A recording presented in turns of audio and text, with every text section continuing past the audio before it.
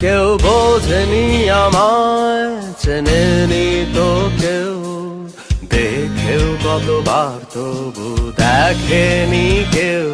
মোরে সত্য কল্পনা যত, বাস্তবতা মিথ্যে তত।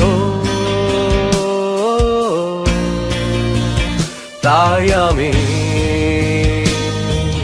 বৃষ্টি এলেই পাহাড়ের চূড়ায় বসে বর্ষায় ভিজি ভাঙলে পারি যেতেও আকাশ শুকাতে রোদের তীরে। নিজেকে আমি ফেরা হলো না ঘরে, নাই ফিরল ঘর দিকে আমার। এসে পথেরই মাঝে